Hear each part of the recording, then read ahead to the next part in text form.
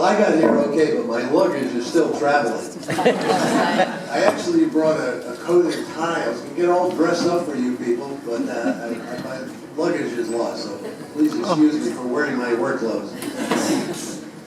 But yeah, I had a great time. I rented a bicycle. I'm driving around the streets of Dublin. It's fabulous. The weather, I brought this Miami weather with me. But I'm taking it with me when I leave work.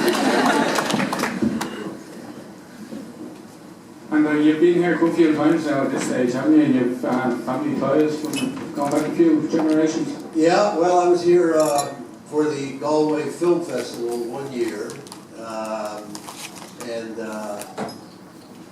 Yeah, so I took the opportunity. We had a day off and I went to, my mother's family is from County Mayo. And I thought, well, I'm going to go see my relatives. So I got on a bus and I went to County Mayo, not realizing how big County Mayo is.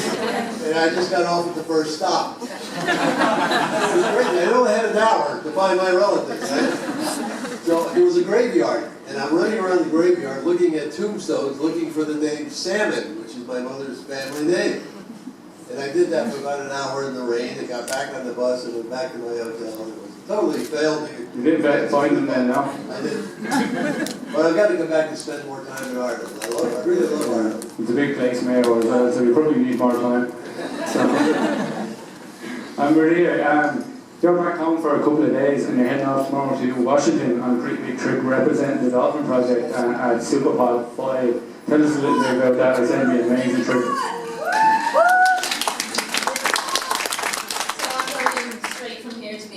Tomorrow morning on a flight to San Juan Island in Washington State, and Superpod is basically when a large number of dolphins get together, and the superpod that happens around San Juan is orca.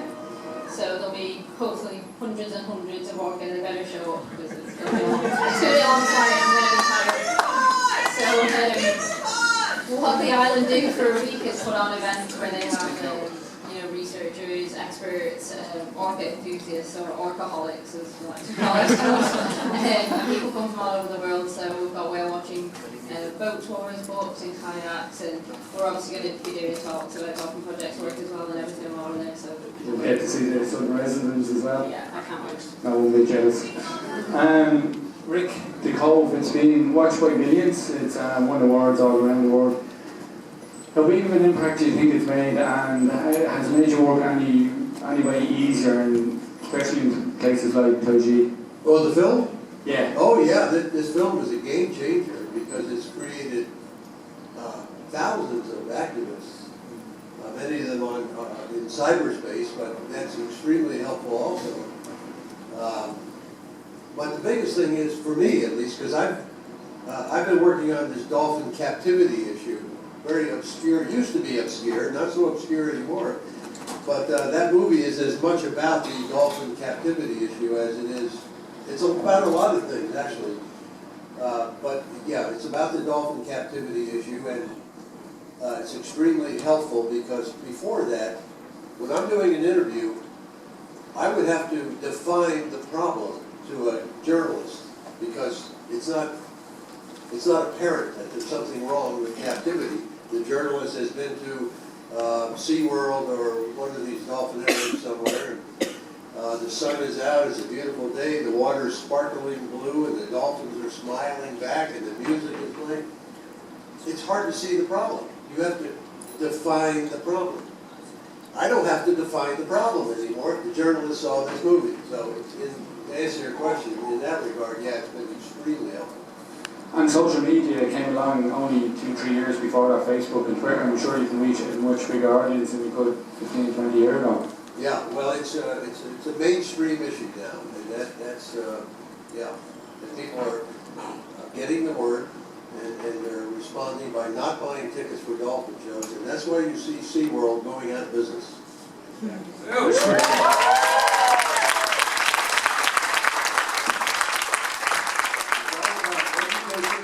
Education. That's what it's all about. Definitely. Maria as well, Okay, I did ask this question a lot, and basically the question is, what can I do to get involved, or what can I do to help? And I think your story is a very good example of that. Tell us a little bit about why and when you got involved, and what you have been doing since with the Dolphin Project. So I came across Dolphin Project on Facebook, not last September, but the year before, so I'm a huge advocate for social media.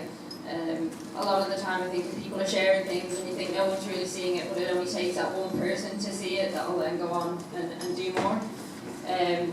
I came across the live stream, so the Cove monitors that are in Taiji during the hunting season live stream all the slaughters, and from the minute I found it just randomly on Facebook I was completely consumed by it, and every day I was just watching it and became obsessed and wanted to do more.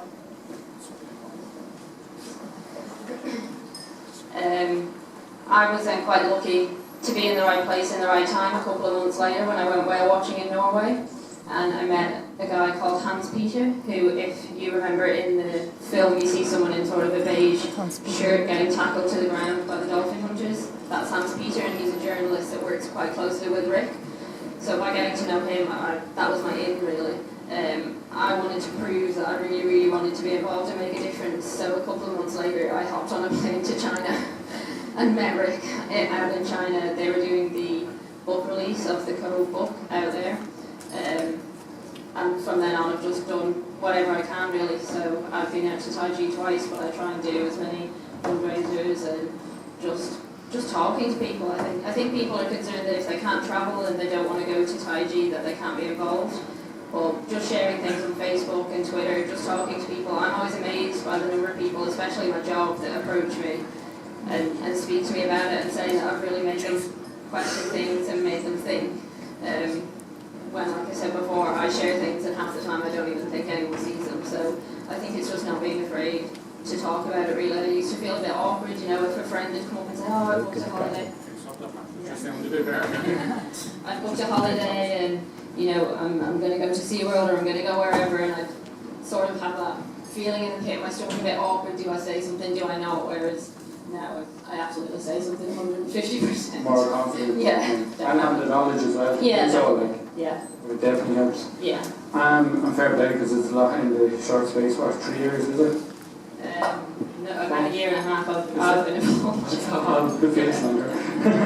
And Ric, your last trip to Taiji didn't exactly go according to plan. For anyone that doesn't know, Ric's last trip, he turned up in Tokyo airport and he was interrogated, but that happens on all the trips. But this went on a little bit longer. He was then illegally arrested.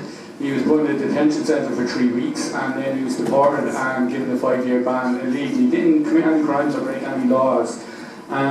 So what do you feel this is a case of kind of, they're feeling pressure now, and it's a case of desperate times, desperate measures? Well, whenever I've been going to Taiji for the last 14 years now, multiple times a year, and every time that I go through immigration, when you put your fingers into this little slot to have your fingerprints taken and they scan your eyes, a light goes off and the guys in the back room come out. And it's always the same guys, and they keep me for either 3 or 4 hours. This time they didn't. This time they wanted to deport me immediately. So I was taken downstairs to, there's a jail down in the bottom of the airport, and but I had talked to my lawyer earlier, and he told me I didn't have to cooperate. I could ask for a hearing. So they marched me from the interrogation room in handcuffs and a rope around my waist through the airport. A humiliating experience. People stopping and staring at you like that. And when I got to the counter, I said, I'm not going. I'm allowed a hearing. And that's the best thing, because had I gotten on that plane, there would have been no publicity. And so by delaying it, I was transferred to another prison for 19 days. And it's the best thing that happened. It was very uncomfortable, of course, and it was very difficult. But it brought more attention to the issue than the Cove movie did.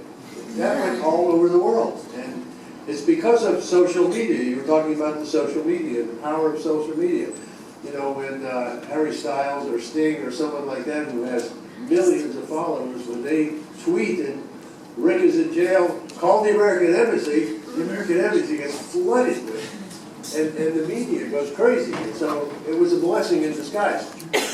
Had I gotten through immigration and not gotten arrested, I would have gone down to Taiji and met with the crew, and we would have been there for that period of time.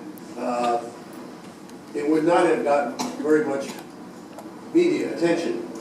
So getting arrested sometimes like that, and we filed a lawsuit. Last week we had the first hearing. The next one is September 17th, and it keeps the pressure on it. All you can do in Taiji at the Cove is bring attention to the Cove, bring media attention. It's very, very difficult to keep the media interested in any issue. Haiti, for example, there was an earthquake we're all familiar with, and there were 40,000 people sleeping in the mud, and the media was embedded there, and everybody knew about it. Well, the media moved on. Those people are still sleeping in the mud in Haiti, and it's hard to keep any issue in the news, but we've been very, very lucky in Taiji. Something out of left field happens, and we keep it back in the news. A lot of people here in this room have organized a protest September 1st in London. That's tremendous. Tokyo pays attention to that. We have one here too. And they're doing it again, right? September 1st. Yeah. So anybody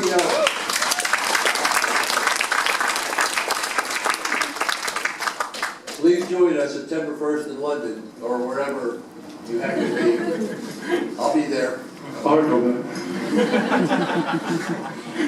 Yeah, so I want to thank Keith too for putting, it's a lot of work to put one of these events together, and thank you so much for doing that. And his group always shows up in London and in Belgium, wherever it is. The Irish are always there.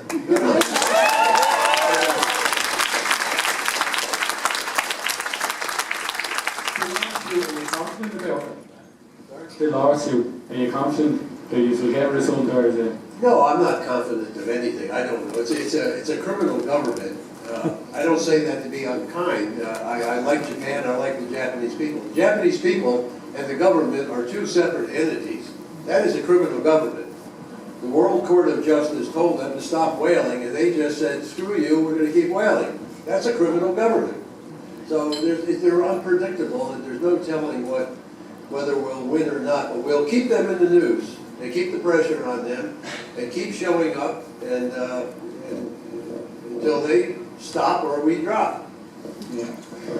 And the Japanese people, are they becoming aware of it? Is it the message getting out there, or is it still being kind of blacklisted or being hidden? In Japan? No, the media is controlled by the government. So the people in Japan still don't know about it. People in this room know more about it than 127 million people in Japan. They just don't know. Had the movie been, by the way, this film was not supposed to be a movie in theaters when we were making it. It wasn't even called The Cove. It was called Mercury Rising. And the idea was to get it on the internet for free in Japan. Had we been able to do that, this probably would have been over with. The Japanese people would have risen up against this. But it never happened. And I can't tell you why, but they still don't know about it. Okay, obviously. Maria, you've been to Taiji twice, and you've been interrogated as well, haven't you? Quite a lot. So it wasn't strictly an interrogation, it was giving a statement. So when I first went in September, I don't know about the look of the Irish, but sometimes I was being Rick, so had pretty bad luck. But if we want to look at it, that it's bringing media attention. When I was there in September, I'd been there about 2 hours, and Rick was arrested and was in prison. Because I'd been in the same car with him at the time, the next day we were asked to give statements, and I was questioned for 7.5 hours. Long time. Yeah. A long time. And Claire, tell us a little bit about your day-to-day experience over in the Cove in Taiji. The two experiences were very different. When I was there in September, it was all Blue Cove days, which is what we call it when they don't find any dolphins, so there's no slaughter. So I used that time really, well, the first few days were taken up by getting Ric back out of prison. And after that, I just used the time just to gain as much knowledge as I can and pick everyone's head. So I was really lucky to be there with a big group with Ric and all the senior Cove monitors and everything. So I just tried to learn as much as possible because I knew I'd go back and that I'd obviously be on my own or with a couple of people. And for anyone new that doesn't really follow it, what's the best way of following what goes on during the season? Definitely social media, I think. Instagram's good, Facebook, Twitter, but it's all live streams, so you'll find the links on any social media to the live stream. The problem over here is that because of the time difference, by the time they find a pod, it tends to be getting on to like 10, 11 p.m. here. So often it's the next day that you're watching the live stream back. My experience in Taiji then, in January just gone, obviously was totally different because January is one of the worst months for the slaughters, so there was quite a few. And I think even, you've seen the Cove and you've watched the live streams, but I don't think, until you get there and you see it, it's completely different. You definitely come back a different person for it. Yeah, I can imagine some experience. Alright, listen, thank you guys. We'll leave the questions to that because we're going to have a Q&A shortly, so we'll open up the floor to questions for all the audience. So can you please give a big round of applause to